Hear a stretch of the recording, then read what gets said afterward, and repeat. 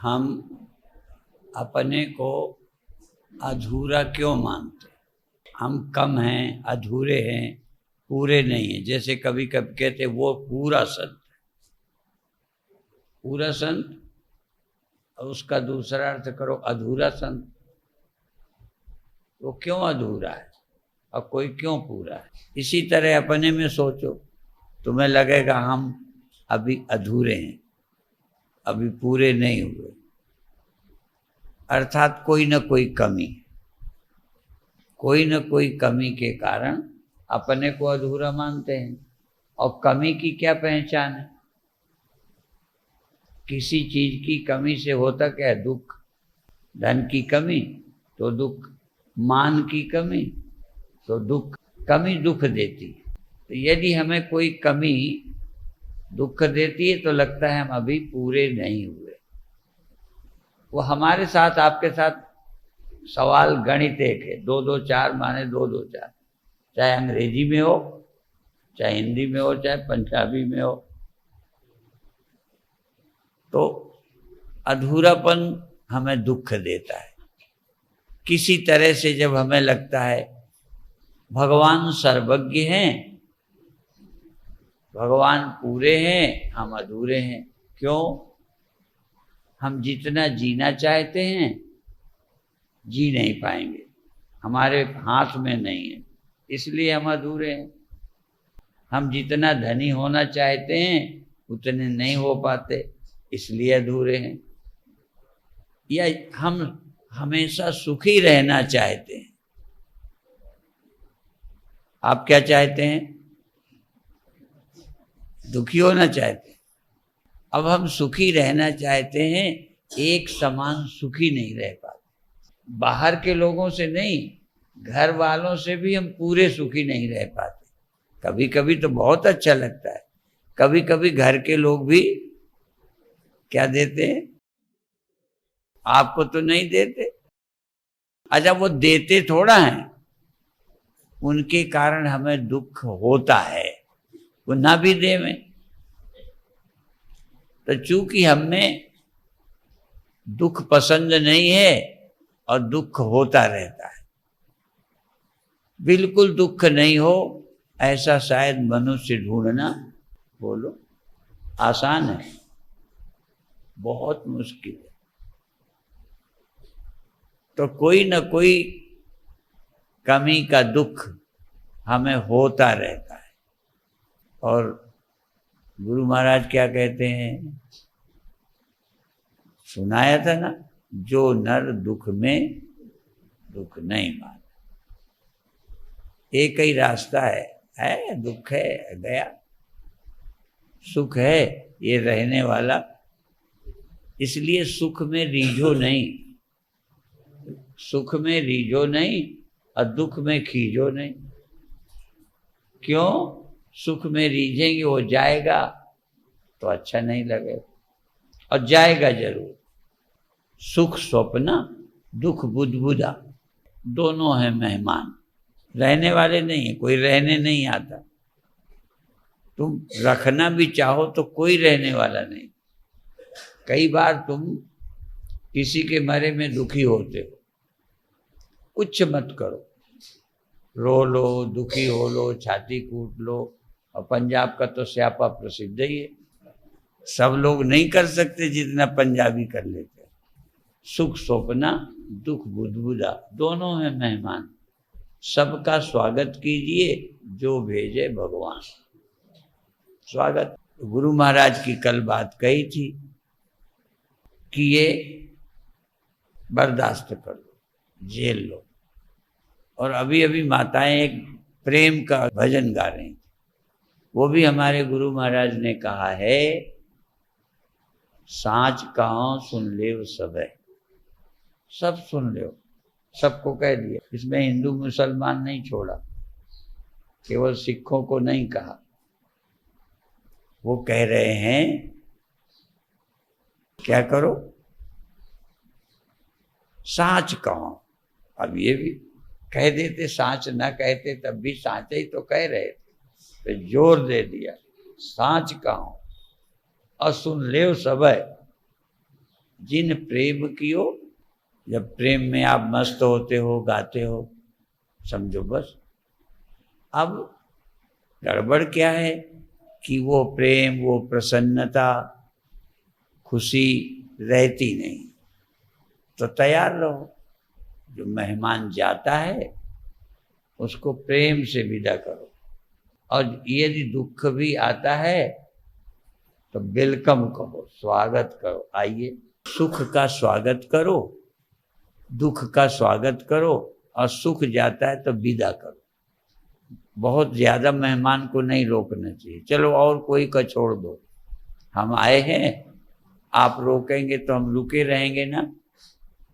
चलो अच्छे लगते हैं, आपका दिल करता है, पर जाएंगे तो सुख भी जाने वाला है।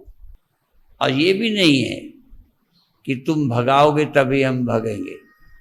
कई ऐसे आ जाते हैं मेहमान कि आपका दिल करता है कि ये जाएं, लेकिन वो बड़ी मुश्किल से जाते हैं। और जो पसंद ना हो वो मुश्किल लगती ही है। तो क्या करना है, क्या है, जाएगा ये समझ के थोड़े दिन बेइज्जती ना करो, जाना है ही। यदि जल्दी करोगे तो लगेगा बिना मतलब, देखो जाना ही था पर हमने जल्दी में उसे डांट दिया, भगा दिया।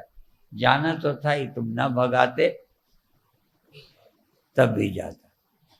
तो अभी बता रहे थे ना, किसी की मृत्यु में दुख होता है, कितने दिन रहता है। देखो एक उदाहरण देते हैं इन्हीं के घर का। प्रेम, कुछ तो उनके जाने से दुख हुआ होगा। आज भी उनके न होने से कई कार्यक्रम में कठिनाई आती है, पर दुख नहीं है। फर्क है, वो दुख कम पड़ गया, फीका पड़ गया। जैसे कपड़ों का रंग, कई बार देखा होगा अपने कपड़े, ध्यान देना, जो ऊपर रहता है बाहर वाला हिस्सा वो फीका पड़ जाता है, और जो अंदर की तरफ रहता है उसमें रंग टिका रहता है। रंग भी फीका पड़ता है, ये प्रकृति का नियम है। दुख हल्का तुमने नहीं किया, हल्का हो गया। तुम करते तो तुरंत ही दुख हल्का कर लेते। जिस दिन दुर्घटना घटी, मृत्यु हुई, गड़बड़ हुई किसी तरह की, तुरंत तो दुख हल्का कर। और यदि तुम्हारे करने पे होता तो तुम्हें पता नहीं चला, 6 महीने में, साल में, 2 साल में कितना बड़ा दुख है, चला गया। किसी का पति नहीं रहे, बड़ी समस्या है, दुख है। लेकिन वही व्यक्ति 2 साल बाद दुखी नहीं मिलता। तो सब जाते तो हैं, जरूरत क्या है, धैर्य रखो, चला जाएगा। इतने में ही हम दूसरे को रो के जना देते हैं। तुम रो के जनाओ तब भी, और नहीं रो तब भी, झेल लो तब भी, चला जाएगा। और कई बार रो लेना अच्छा है, यद्यपि रोने से लोग ज्यादा सोचने लगते हैं, बहुत दुख है, बहुत दुख है। एक और उदाहरण दे दें, थोड़ा बहुत सबको पता होगा, सबके जीवन में घटता है। कई की स्त्रियां नहीं रही होंगी, कई की, कोई ना कोई आपको मालूम होगा जिसकी पत्नी नहीं रही, ठीक है। दुखी तो हुए होंगे कि दुखी नहीं हुए होंगे। पत्नी के न रहने पर पति को दुख होता है कि होता ही नहीं, पत्थर के हैं क्या। लेकिन वो रोते नहीं, पता नहीं क्यों, शर्म लगती है, लोग क्या कहेंगे। पत्नी के न रहने पर पति रोता नहीं, दुखी तो होता है, रोता नहीं। अब पति के न रहने पर पत्नी रोती है। ज्यादातर स्त्रियां दुख में किसी बात में रोती जल्दी है, दुखी भी होती हैं, रोती भी हैं। और रोने से कहते हैं थोड़ा हल्का हो जाता है। ये रोना तो इलाज है, ये रोना दवा है दुख हल्का करने की। और आदमी दुखी होता है, रोता नहीं, इसलिए उसका दुख अंदर ही अंदर देर तक रहता है। ये मनोविज्ञान है, ये सच्चाई है। कि रोने से दुख हल्का हो जाता है। दुखी हो तुम दो को कह के सुना दो, किसी को दुख कह दो, हल्के हो जाओ। जब तक तुम किसी को कह ना लोगे अंदर भरे रहोगे। इसीलिए सुना है मैंने, बाकी तो डॉक्टर ज्यादा जानते होंगे, कि स्त्रियों का हार्ट कम फेल होता है, पुरुषों का हार्ट ज्यादा फेल होता है। क्यों? वो दुख को रो के निकालता नहीं, किसी को पड़ोसी को कह के निकालता नहीं, अंदर अंदर।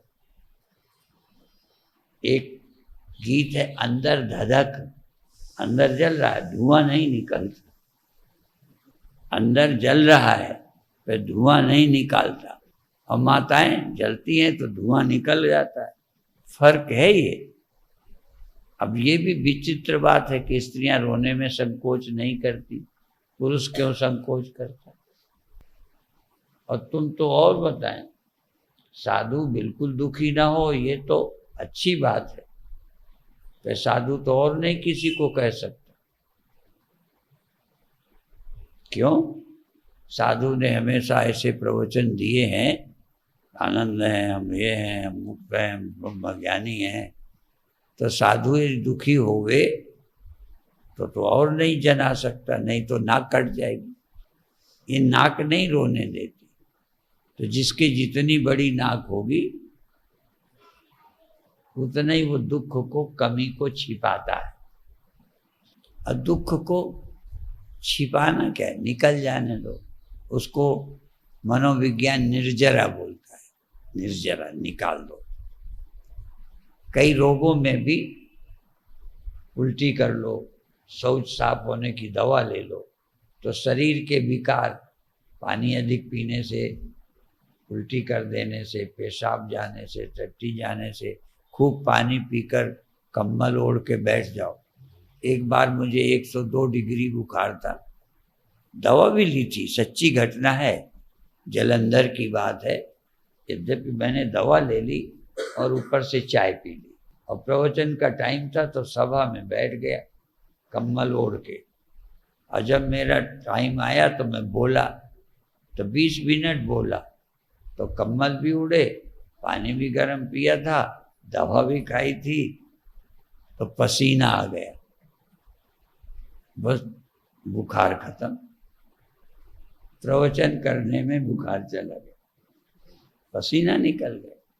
तो शरीर का विकार निकल जाए, जैसे शरीर का नेचुरोपैथी शरीर का विकार निकालने की बात है।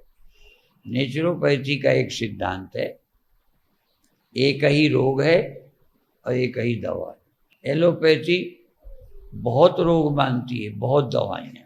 एलोपैथी एक ही रोग नहीं मानती, अनेक रोग मानती है। नेचुरोपैथी एक ही रोग मानती है और एक ही इलाज क्या है, विजातीय तत्वों का शरीर में जमा हो जाना।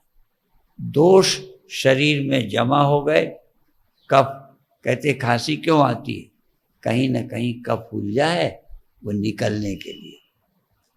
खांसी बीमारी नहीं है। आप सब जगह क्या बोलते हो, खांसी बहुत आती है, डॉक्टर साहब भाई जी खांसी बहुत आती है, क्यों आती है? कोई ना कोई दोष है, उसको खांसी निकालना चाहिए। लूज मोशन क्यों आते हैं? गलत खाया पिया है, वो निकालने के लिए लूज मोशन। ये पसीना क्या है, अंदर की कमी को निकालने का। छेदों से, आंख से कीचड़ निकलता है, तो अंदर जो गंदगी जमा हो गई है वही रोग है। पर हम खांसी को रोग मानते हैं, दर्द को रोग मानते हैं। नेचुरोपैथी कहती है वो जो जमा हो गया निकल जाए, दर्द ठीक हो जाएगा। वो सिर दर्द की दवा नहीं देते, शरीर को शुद्ध करने की दवा। एक, शुद्ध करो, पसीना निकालो, मल निकालो, वमन करो, पानी पी के उल्टी करो, शरीर शुद्ध हो गया, दर्द गया। तो दर्द जो है वो रोग नहीं है, रोग है जिसके कारण दर्द है। और एलोपैथी रोग की दवा नहीं देती, दर्द की देती। जिस कारण से रोग हुआ उसका इलाज एलोपैथी नहीं करती, वो दर्द की दवा दे देते हैं, दर्द बंद हो गया तुम्हें लगा ठीक। दोष अंदर जमा है। तो नेचुरोपैथी शरीर को अशुद्ध होना, मलिन हो जाना रोग है और निकाल देना इलाज। और हर रोग वहाँ एक ही रोग है, कोई ना कोई दोष जमा हो गया है, विजातीय तत्व आ गया है, वो बीमारी है, उसे निकाल दो ठीक हो गए।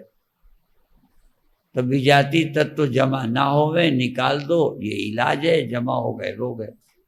एक ही रोग है विजातीय तत्व का जमा होना। इसलिए आयुर्वेद वाले भी पंचकर्म करते हैं, वमन कराना, विरेचन कराना, स्वेदन कराना, पसीना निकालना। इसी तरह से आप दुख को रोग मानते हो, क्रोध को रोग मानते हो, ये रोग नहीं है। रोग तो और कुछ है, अविद्या, अस्मिता, राग, द्वेष, अभिनिवेश, ये 5 क्लेश है, 5 रोग हैं। अविद्या, अस्मिता, राग, द्वेष, अभिनिवेश, ये है बीमारी। अब ये आपको पता ही नहीं, आप क्रोध को बीमारी जानते हो, दुख को बीमारी जानते हो। अच्छा, दुख क्या है? आप दुख ही को बीमारी मानते हो। स्वामी जी दुख बहुत है, ठीक हो जाए। अच्छा, तुम क्यों दुखी हो? क्यों? तुमने भगवान के संसार में अपना बना लिया, अपराध किया है तुमने। ये हमारा है, अहंता और ममता, ये मेरा है, उसी के लिए दुखी हो तुम। मरे तो दुखी, फेल होवे तो दुखी, गलत रास्ते पे चले तो दुखी। दुखी हम हैं जो हमारा बना लिया है। इतना बड़ा संसार अपना बना लिया, थोड़े हमारे। यदि ये सारा संसार भगवान का है तो ये थोड़े किसके हैं? इसीलिए कभी कभी हम इसके लिए एक दृष्टांत दिया करते हैं, समझाने के लिए। अपराध तो एक है कि भगवान के इस जगत में कुछ को तुमने अपना बना लिया। व्यवहार के लिए अपना बना लो, मना नहीं है, लेकिन रोने के लिए अपना मत बनो। भगवान का है, भगवान ने भेजा है, भगवान का संसार। एक बहुत पहले प्रवचन में जब हम पंजाब आते थे तो किसी ने एक कहानी सुनाई, तुमने सुन ली होगी, हम फिर सुना देते हैं। कहानी ये है कि एक फकीर सोनार की दुकान में गया और कहता है मेरी उंगली के लिए अंगूठी बना दो। तो ये तो आप भी कहते हैं, वो इतना ही नहीं कहता था, कोई कहता था खुदा की उंगली के लिए, खुदा की उंगली के लिए अंगूठी बना दो। अब सोनार ने समझा कि अपने को ये खुदा समझता है, खुदा की उंगली कहता है। ये कहते खुदा के शरीर के लिए कपड़ा सी दो। तो सोनार ने ये बात किसी को बता दी। ये बात फैलते फैलते बादशाह तक पहुंच गई, और मुस्लिम बादशाह था, उनके यहाँ अपने को खुदा कहना सबसे बड़ा अपराध। पता नहीं दुर्भाग्य है कि सौभाग्य, जो हिंदू मानता है उसके मुसलमान उल्टा करता है। तो उन्होंने कहा खुदा की उंगली के लिए अंगूठी बना दो। ये बात बादशाह तक पहुंची। बादशाह ने उस फकीर को बुलाया, तुमको फांसी लगाई जाएगी, तुमने खुदा की बेअदबी की है, खुदा की बेइज्जती की है, तुमने अब खुदाई पर दावा किया। इस्लाम में खुदाई पर दावा नहीं कर सकते, अना हक नहीं कह सकते, अहम ब्रह्मास्मि मना है। तो उसने कहा खुदा की उंगली के लिए, तो हो गया। तो बादशाह ने बुलाया, कहने तुम्हें फांसी दी जाएगी। कहने क्यों? कहने लगे तुमने खुदा की उंगली के लिए अंगूठी कहा है, तुम अपने को खुदा समझते हो। कहते ये अर्थ तो मैंने नहीं किया, अर्थ तो आपने किया है, मैंने तो इतने कहा खुदा की उंगली के लिए। तो कहते हैं और क्या मतलब हुआ? खुदा की उंगली माने तू खुदा हो गए। कहते हैं जहां पना, मैं आपसे एक बात पूछता हूँ, अच्छा ये बताओ ये तारे किसके हैं? कहने लगे खुदा के हैं। बादशाह ने कहा खुदा के हैं। कहते हैं ये पृथ्वी किसकी है? कहने खुदा की है। कहने लगे ये नदियां किसकी हैं? कहने लगे खुदा की हैं। कई चीजें ऐसी पूछी, बादशाह ने कहा है खुदा की है। कहीं जब सब खुदा का है तो तेरी उंगली तेरे बाप की है? ये भी तो खुदा की है, सब कुछ खुदा का है। ये सब परमात्मा का है और सब में परमात्मा है, सब परमात्मा का है। अभी अपना बना के रो रहे हो, कभी लगा ये परमात्मा का है? परमात्मा का बच्चा है, परमात्मा की दुनिया है, परमात्मा ने चलाया है। और सच तो ये है, कहाँ तक समझाएं, कभी कभी सृष्टि पर विचार करो ईमानदारी से। हम बड़े कैसे हो गए, पेट में कैसे 9 महीने रह गए, कैसे जिंदा रहे, आके एकदम कैसे खाना पीना आ गया, और कब तक पशु पक्षी जीव जंतु सबको माँ दूध देती है, बच्चे पलते हैं, फिर वो घास खाने लगते हैं। हमारे गौशाला है तो हम चिंता करते हैं, फिर चिंता निवृत्त कर लेते हैं। अभी छोटे छोटे गाय के बच्चे हुए, अब चूंकि बहुत गाय हैं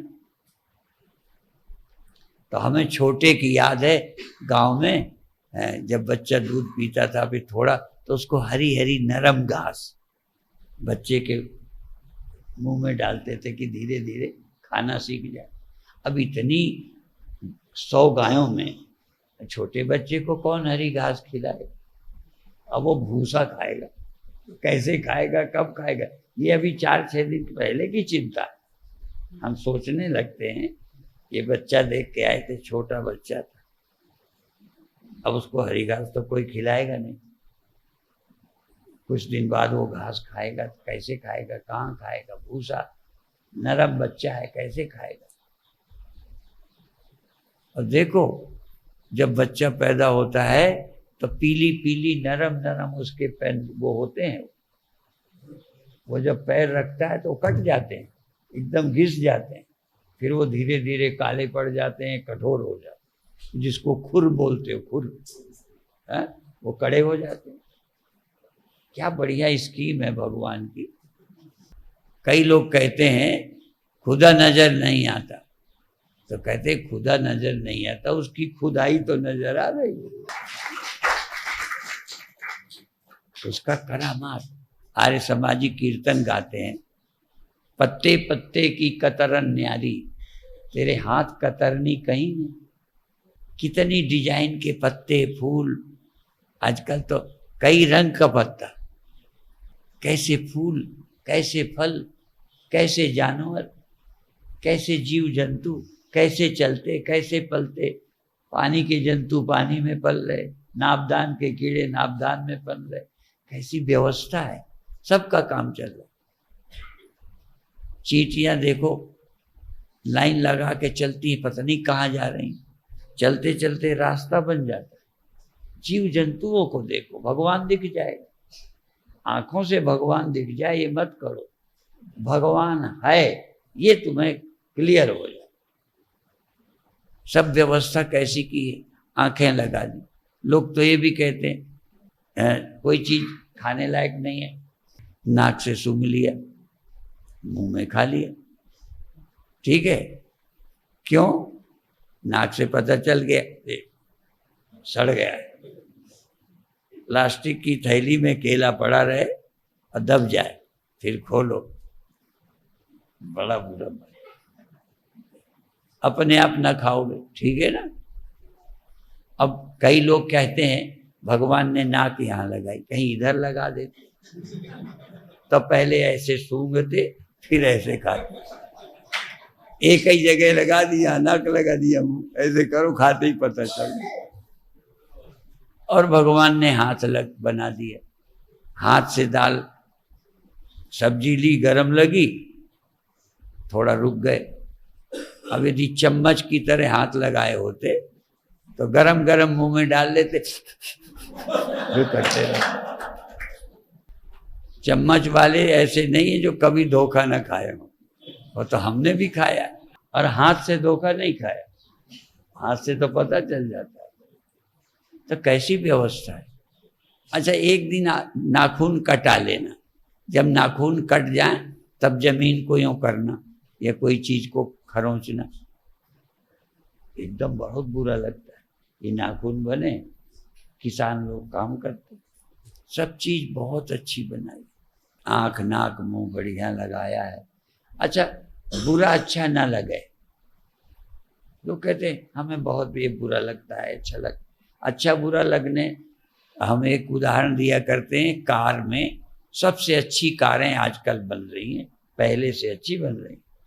डीजल की कमी बता दें, यदि ठीक से खिड़की बंद नहीं है तो भी पता चल जाए। अच्छा, जो खिड़की अभी ठीक से लॉक नहीं हुई, ऐसा यंत्र लगा है जिन कारों में, खराब कारें हैं, बोलो अच्छी है कि खराब है? क्यों? खिड़की खुला रहती, कभी धक्के में तुम भी नीचे चले जाते, पता चल गया कि ठीक से लॉक नहीं है। तो तुम्हारा मन गरम गरम खाते जाओ, पता ही ना चले, ज्यादा खाते जाओ, मन को पता ही ना चले, ज्यादा खा जाओ तो पता चल जाता है ना कि पेट भर गया। अच्छा, पेट भर गया इस बात को मन बताए या ना बताए, खाने दे, कैसा मन चाहिए? तो इस मन की शिकायत करना चाहिए कि देखो कितना अच्छा भगवान ने मन बनाया। हमने सुना है चौबे लोग ना, वृंदावन मथुरा के चौबे, कहते हुए ऐसे एक साफी से गांठ लगा लेते थे कि जब वो कस जाए तब समझो कि हमारा पेट भर गया।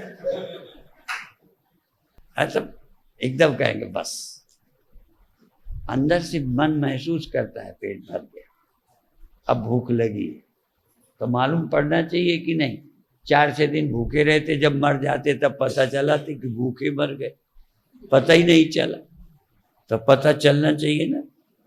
तो हमारा मन तो तुमसे ज्यादा सेंसिटिव, ज्यादा पता चलता है, ठंडी का पता चलता है, गर्मी का चलता है, भूख का चलता है, नमक मिर्चा ज्यादा डालो तो पता चलता है ठीक मन है हमारा कि खराब। तो तुम अपने मन को क्यों खराब कहते हो? अच्छा मन है ऐसा। अब समझदारी है कि मन ने बता दिया, अब समझ है क्या करें, ठंडा करके खाओ, ऐसे खाओ, ठीक, ऐसे ही बुरा अच्छा लगता है। जब दर्द होता है तो अच्छा नहीं लगता। और जानवर तो तुमसे अच्छे हैं, आपको बताएं, जानवर जब बीमार होता है, जिनके होंगे वो जानते होंगे, सबको नहीं पता, जिनके गाय भैंस है, यदि किसी कारण वो बीमार हो जाए तो जानते हो क्या पहचान है? खाना छोड़ देगा, जुगाली नहीं करेगा। आपने देखा है, देखो भगवान ने उसको क्या गिफ्ट दिए, भेंट, चारा खा लेगा, जल्दी जल्दी जाएगा खेत में, चर के आ जाएगा, जब पेट भर जाएगा, ठीक है, तब आके बैठ के जुगाली करता है, पहले खाता है बाद में पिसाई करता है, चक्की चल। हम लोग जल्दी जल्दी खा जाएं, इसलिए घर के हमारे माता पिता कहते थे जल्दी जल्दी मत खाओ, चबा चबा के खाओ, क्योंकि तुम जानवर नहीं हो जो बाद में जुगाली कर लो। तुम नहीं करते, जल्दी खा गए, वो हजम करना मुश्किल होगा। मनुष्य आधे से ज्यादा बीमार हैं कि अच्छी तरह चबा के नहीं खाते, खा लेते हैं जानवर की तरह, जानवर की तरह जल्दी जल्दी निकल जाते, लेकिन जानवर की तरह हमको जुगाली करने के अभ्यास नहीं। तो जानवर खाना बंद करता है, जुगाली भी बंद करता है। जानवर ठीक हो गया इसका मतलब जुगाली करने लगता, चींटियां अंडे इकट्ठा करने लगती हैं, वर्षा की खबर आ जाती। हमें भूकंप की खबर पहले नहीं आई थी, आज यहाँ भूकंप आया ना, हम बैठे थे तो हमारी वो हिलने लगी। तो देखो जीव जंतुओं को पहले पता, चिड़िया जमीन में लौटने लगे, धूल में जब चिड़िया खेलने लगे धूल में, समझो पानी होएगा। परमात्मा ने जानवर को बहुत विशेषताएं दी। नर पशु बच्चा पैदा होने लायक मादा हो जाती है, जान जाता है नाक से, किसी आदमी को नहीं मालूम होता। और रोज हमारे पास शिकायतें आती हैं, स्वामी जी इसको फल दे दो, हम जान जाते हैं, फल कहते ही समझ जाते कि लड़का नहीं हो रहा, अब हम फल देते हैं। जानवर को कौन हम फल वल देते? अपने आप सारी दुनिया चल रही है। और जो भगवान जैसे में राजी हैं, राजी रहो। भगवान ने जो दिया है उसका उपयोग करो। ठीक है, बाकी रात को चर्चा करेंगे। ठीक है। ओम शांति शांति से।